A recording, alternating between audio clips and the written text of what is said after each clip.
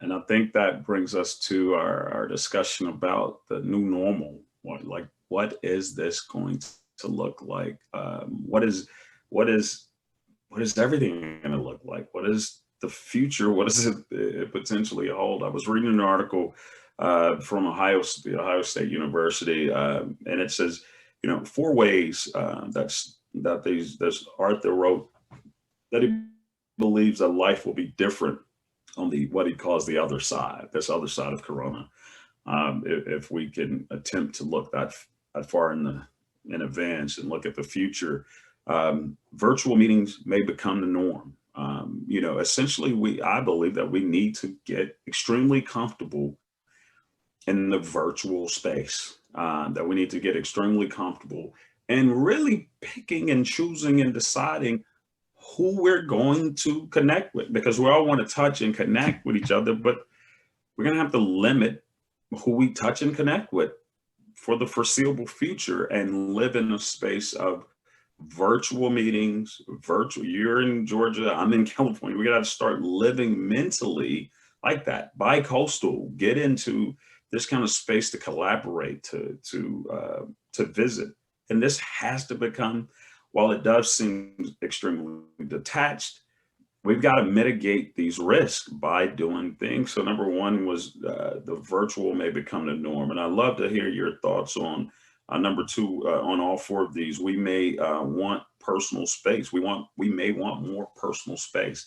That the norm is, oh, I don't want anybody around me, because we're going to be shell shocked from. There's going to be a lot of trauma from this event.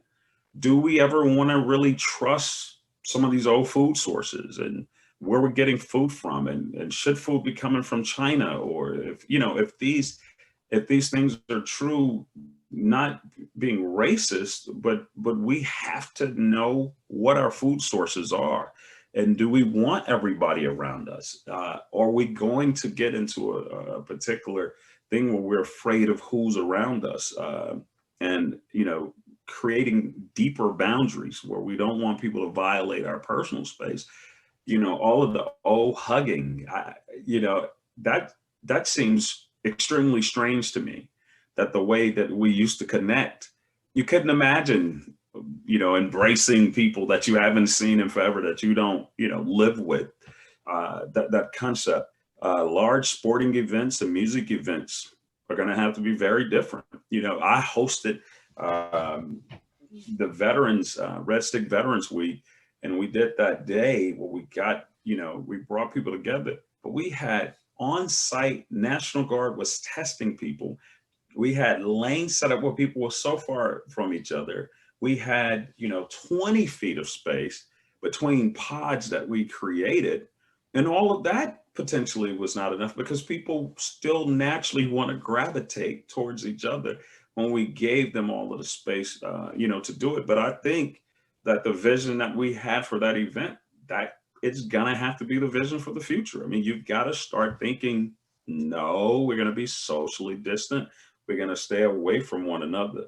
And a new era of workers' rights may be imminent. I mean, what are essential workers, and who is an essential worker, and what are we going to do to protect essential workers? How are we going to mitigate the risk that's exposed to them, and what do we do as a country to protect them and provide for them? How do we reward these essential workers who went to work every day, from a grocery store clerk to a bus driver to a doctor to someone cleaning a bedpan? How do we reward them past just giving them the coronavirus shot early? What are we going to do to protect these people? And we got to reward them. These people have done something. They've done yeoman's work. And I don't know if I could have done this. And I'm a 23-year military veteran. I don't know if every day, for a no end in sight, do we tell all of you first responders and you providers, medical providers, and therapy providers, what do we do? Because you're still going to the office. What are we doing to protect that? So my question to you is, what do we do for the new way of life? What's the new normal, Doc? Well, I mean, the reality is that article was very right in that some things will not go back, but they don't need to go back, right? So we're worried about food coming from other countries when we need to be concerned about the food we have right here. The truth of the matter is, a lot of these places they only get inspected once, maybe twice a year, and sometimes those inspections are not as thorough as they need to be. There is no way that all of these businesses are getting 97s and 98s on these inspections every time, right? Like I mean, I really feel like we have gotten lax in a lot of ways. Why do we have buffets? They're just, if you think about all the people breathing over a buffet, us all touching the same utensil to get these, I mean, there are just certain things. There are just certain things that we just do not need to be doing. And yes, I know State Farm Arena that we built a space and put folks closer together so we could pack more people in here and make more money. And guess what? You will never be able to fill all those seats again, because the reality is we don't need to make spaces smaller, airlines. We need to actually give people more space, and we need to skip spaces in between people. And so often we don't make changes unless we're forced to make changes. And so I think those are some of the good things that are going. We don't need. We're too touchy feely anyway. Honestly, a lot of people have experienced trauma. A lot of people are uncomfortable with touch, and we just force people to be touched. We have these concerts and these other gatherings, even grocery stores, and you think about how close people used to could get to you in a line, and how you've had to turn around before and give people that look when it's like, are you putting in my pen, or am I putting it in? You that close to me. So we have needed to make some of those changes. Now, what's going to hurt is that those changes, because we are reluctant to make them on our own and we're not prepared for them, now it's going to cost us some money to put things in place. And so this is where we're going to see people trying to price gouge. So now I'm going to charge you more for what I should have already given you. And that is going to affect our essential workers, because now I'm working you harder, but I'm not giving you any hazard pay, and I should be. How do we compensate them? They need to receive hazard pay. They don't need to have these high deductibles for their insurance. Here you are already making minimum wage, which is not enough to be able to live on. And then your deductible is $2,000. So guess what you're not going to do? You're not going to be going to the doctor because you can't afford it. So, right. So the employers need to make sure that the insurance packages that they're getting for their employees offer them the ability to be able to afford to go to the doctor. You need to have those vacation days, because that's what allows you to be able to do your job. You need to have people to rotate in. You know how many people are forced to work double and triple shifts? I mean, literally forced, like, no, you can't leave. You can't leave until someone comes to relieve you, as if you don't need sleep or to eat or to go pick up your children or whatever it, right? So that needs to stop. And we also need to make incentives for people to want to work in those environments. We have got to be consistent with this minimum wage being raised to a livable wage, because right now it's not. Right. So those are some things that I'm hoping are going to come out of this. And yes, we are going to have to adjust. We may be able to we may be wearing masks for the foreseeable future. And we're going to have to adjust to that. But all changes are not bad changes. We just need to adjust to them and give them an opportunity and see that we can enjoy life on the other side of that without being crammed into the Jay-Z Beyonce concert. By being able to have space or being able to have these pods. I love these pods that I'm seeing, where you can kind of have your own little mini area for you to be. I think that's something that's good that's going to come out of this. So I do think that psychologically, there are some very important things that are going to come out of this. But I think financially, people are going to struggle at first. Definitely. I watched as we did the soft kind of reopening, and then people push those limits. We have to have a true plan that we all learn together. What is the new normal? What are the new briefings? And we're going to lose a lot of businesses.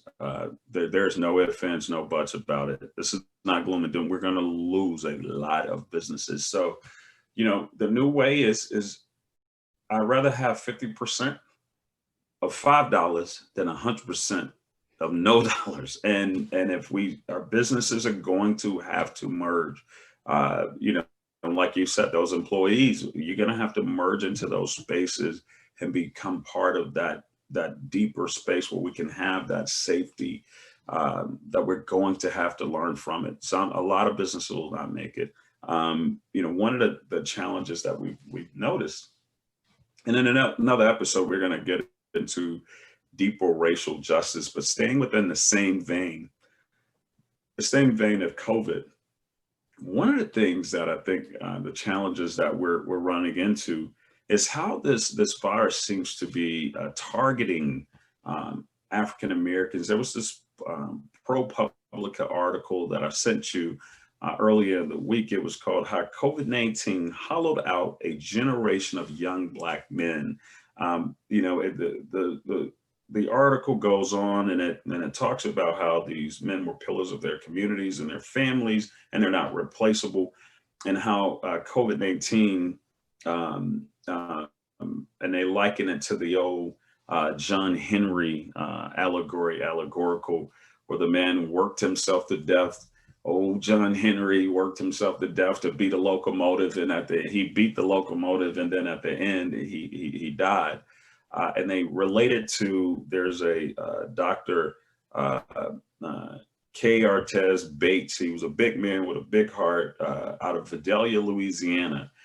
And when he got there, Vidalia, Louisiana, we had his already burdened body on his breaking load. And Bates was in his 10th year on the Vidalia Police Department. It's a river city there in the Mississippi River, right across from Natchez, Mississippi. Natchez, Mississippi, right across the river there is Vidalia in Louisiana.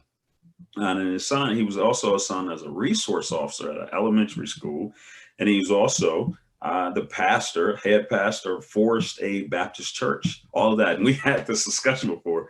We pay our police so little that they have a job, and then they have a second job, and then they have a third job as policemen. COVID came in and attacked his body, where he was caught. March 20th, he was coughing, his nose was bleeding. The next day, he couldn't get out of bed. And some of the numbers were showing that COVID has killed 1 out of every 800 African Americans, a toll that overwhelms the imagination. 1 out of every 800. Now, from a racial justice, what do you think some of the challenges are when we're looking at this? We know the normal medical disparages, differences and inequities that occur. But what are your thoughts on that article that I sent you, Dr. Tarver? I'm just so thankful that you sent this article, because one of the most discussed areas is Black men health. Black men's health is something that we know is a challenge, but I don't feel like we're doing enough to raise awareness about Black men and their health, right? The focus is often on, unfortunately, our Black men being gunned down in the streets or incarcerated, or, negative press about Black men and, not taking care of responsibilities, but we're not talking about Black men and their health. So a lot of things to just kind of tease out of this. One, which you alluded to, was the health disparities. So all of the men in this article, and I encourage people to read it, every last one of them was overweight. Every last one of them had health problems, diabetes, high blood pressure, high cholesterol. And frequently it is those things in conjunction with the overworking, right? So you are spot on. Men are trying to provide for their families, and they will work 2 and 3 jobs. And you work long hours yourself. We talk about this frequently in your long work weeks. So what gets neglected? Me. I don't sleep. I get a few hours of sleep a night. We know the body can't function well with the lack of sleep.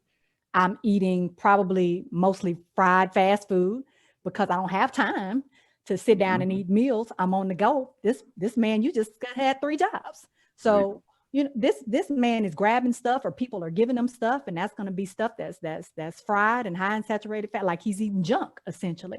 And we know what we put in our bodies affects our bodies. I already had these risk factors, and now the stuff I'm putting in my body is affecting me. And then on top of that, we know that Black men are less likely to go to the doctor, right? So what Black men will do is say, well, it'll probably get better. Let me just give it time. That time turns into a year. So I've been dealing with these things for a year and I haven't been seen for them. So by the time I go and get seen, guess what? Now this thing is at a point where it could have been managed easily. And now it may be a chronic or terminal condition. That's the size. Right. So COVID, we know in itself is not necessarily what's killing people. It's what COVID does to the body. So it, just like it's doing in our communities, it exacerbates everything that's already going on. So if you had problems with your lung, guess what? COVID is going to make that even greater. If you have problems with your heart, guess what? COVID is going to make those conditions worse. And so now what's killing me is these underlying conditions that COVID has just put on steroids. So my body is weak and I can't build the things I need to recover. And so I'm susceptible to all of those things. And the other thing that I must highlight is Black men suffer in silence. So your partners don't even know what you're experiencing. I might have been having headaches for months, never told anybody. I might have been having heart palpitations for years, never told anybody. I may have been having problems urinating, never told anybody. So I'm over here silently suffering because how men are socialized, right? And you're in the military, you served over 20 years, you know how this works. Keep going, we don't have time for that. So, right, let's go. So a lot of men don't feel like they can share what's going on with them. They feel like I have to take care of my family, I need to keep going. And so here I am literally working myself to death. And I think that brings us to the next part of this is, the vaccine. We're talking about what's next, what the new normal will be, and there's a ray of hope with a vaccine that we've gotten through this Operation Warp Speed, and they're finally trying to figure out logistically how to get those all out. We've ordered more. The vaccine, we got a second vaccine approved, and a third one on the horizon, which provides a little bit of ray of hope. But one of the challenges is the skepticism that African Americans have in taking vaccines in this country, rightfully so, with some of the challenges. There's an article that I read, an NPR article called "Race and the Roots of Vaccine Skepticism." Here recently, about a week ago, on All Things Considered, Mike Martin and this medical ethicist, Harriet Washington, they had a discussion about some of these challenges. The Pew Research article released that 43% of African Americans said that they would get the vaccine if it was available to them. Only 43%. So 57% of African Americans that were interviewed for this Pew Research study said that they would not get the vaccine. Only 43% answered in the affirmative as it relates to this. And this was the lowest of any racial group that they surveyed. And public health officials are aware. There's a new book called Medical Apartheid, where the root of this skepticism comes from. We know with the Tuskegee trials, where they were giving African Americans syphilis, these African American men, syphilis, thinking they're getting they're getting valid health care. I mean, those doctors, that should still be an ongoing lawsuit where these and their children and their spouses forever and ever get paid. This is such vile, behavior on people who take a Hippocratic oath that says first do no harm.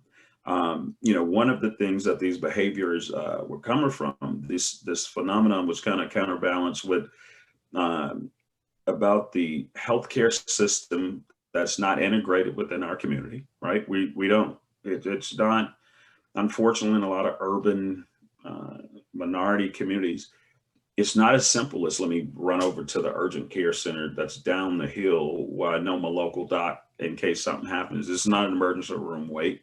This is an urgent care issue. And that's because I have some war around healthcare and health insurance that's going to protect me and mine, and that all I have to do is, something happens to my 4-year-old, she goes and gets taken care of. Something happens to the college boy, he goes and just gets taken care of. And it's just that simple, with small copays that are innocuous. That's not the case for everybody, that we're dealing with that. The next part of that is referring, for the histories in medical arena where we've been used as test subjects without um, our own care, and then the lack of power-based people who have the authority and the power and the skill set to tell you, hey, this is safe, I'm doing it. Using people on TV, it's, I don't know, we're not talking about what kind of toothbrush I use. We're talking about a vaccine that we want to incorporate into our body system, that we want to say this is going to be used to help protect us. When we know that our women don't get taken care of when it's time to have their babies, the highest mortality rate amongst all subgroups, African American women expect that. Our men just afraid to go to the health, like whether it's fear for financial, because the finances aren't there to be able to provide and pay for this stuff, or just fear, overall fear, because we don't trust the system to take care of us. Like we don't trust the court system. We don't trust these American systems because they have always been unjust as it relates to people who look like me. So those are challenges. What are you thinking some of the other challenges that may be in effect, Dr. Tarver, as it relates to challenges as it relates to this vaccine? I think another challenge is that people just want to see more research, right? So I think you have people who are, more educated, who might possibly be amongst that group of that percentage of people who would consider it, but don't feel like it's just had enough time for them to be able to see the long-term effects. And that's what I'm hearing from a lot of my peers is, I just need a little bit more data. Right. So we weren't necessarily represented as well in the initial trials because we don't volunteer to try things that are new. And so we're waiting to see, and I applaud all of the healthcare workers who are African American, who have gotten the vaccine, who have shared their stories on social media, who have been on the news sharing their stories. The NAACP who did a town hall, had providers come and talk, because that's all a lot of people are looking for is, let me just see what happens after a year. What's going to happen in terms of how long is this going to be in my body in terms of the antibodies for it to protect me? It takes about 2 months for me to get the vaccine, 2 dosages for it to work. But then is it going to be 3 months and then it's out of my system? And so then I'm having to get a vaccination again, right? So people just want a little bit more information. And to me, that is a valid point to allow people to have an opportunity to get more information. And by the time June, July rolls around, where the average person will be able to get that, we'll have that data point. So I do think that is a factor. The other thing that I think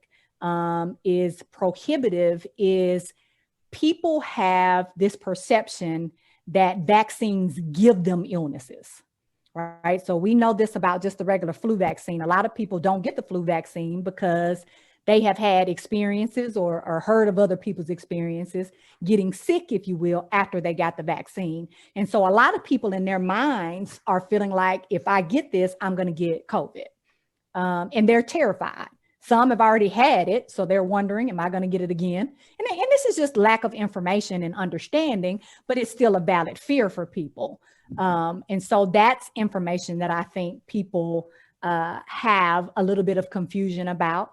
I think that there is also concern, as you mentioned before, about just providers. So some people actually do believe that they won't get the same vaccine as non-Black people will get. So there is absolutely a fear that Black people are going to get a different version of this vaccine, and you all are going to be doing something different to us. And you just laid out very well where some of those concerns are coming from. And then there's just a skepticism in general about, because, and you alluded to this when we first started this conversation, when this came out, we were concerned because it seemed at first like it wasn't affecting Black people. Like, oh, okay, older people. Then it started taking us out.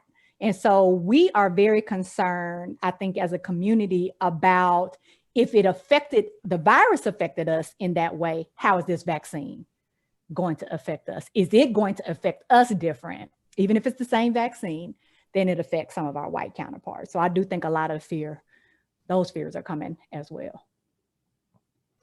I guess I got to agree with you 100% that those are definitely unique challenges that are added to the mix of whether or not we as a people want to take this vaccine in this country, considering the historical perspective, considering not enough information is known, considering in fact in this actual vaccine that there is not a lot of study that shows about us and our comorbidities and how this vaccine will truly impact African Americans, and hopefully more information will continue to reveal itself in rapid time, and with the lack of access to it. But one of the things that I've noticed in this year, and we have so much more to talk about with this 2020, but as it relates to COVID,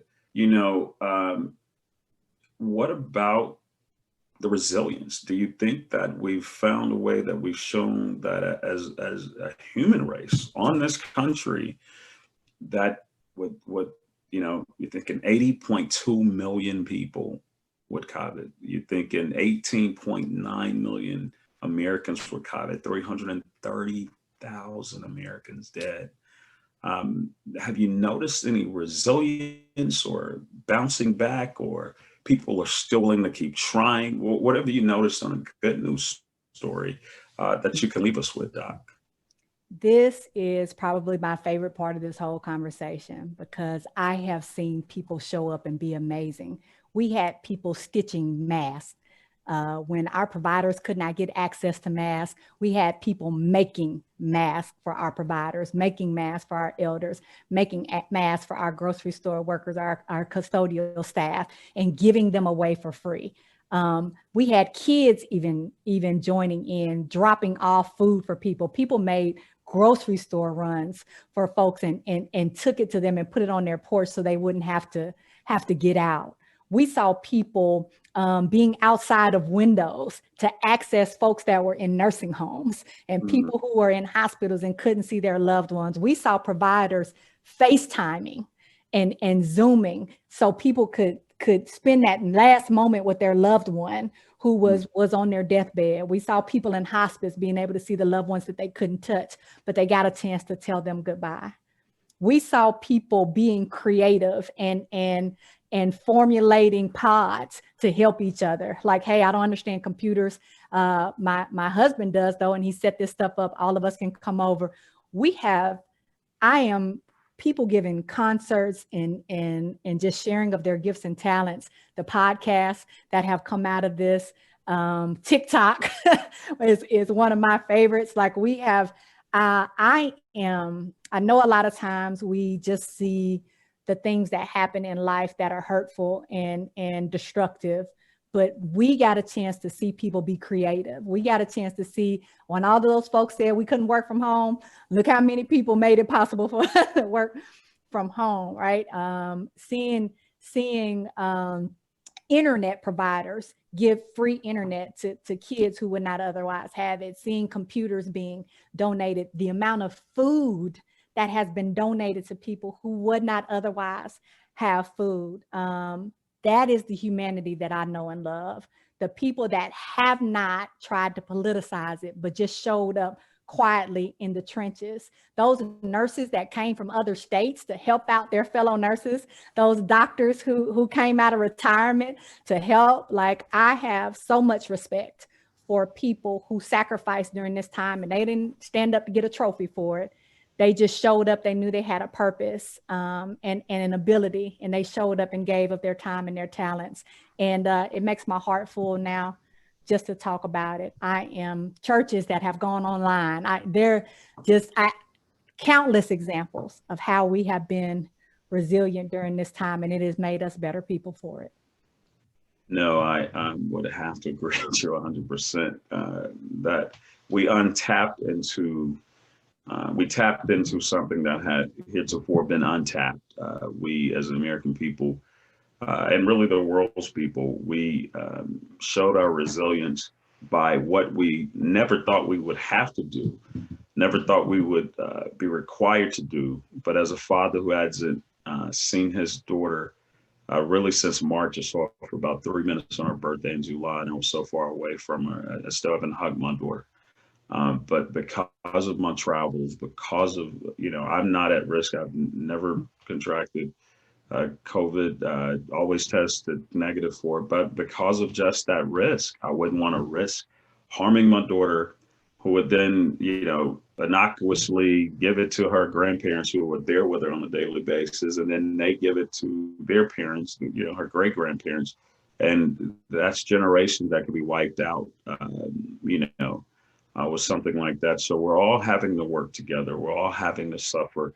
And I never thought I would be able to be resilient to not see my little girl, and it hurts me on a daily basis.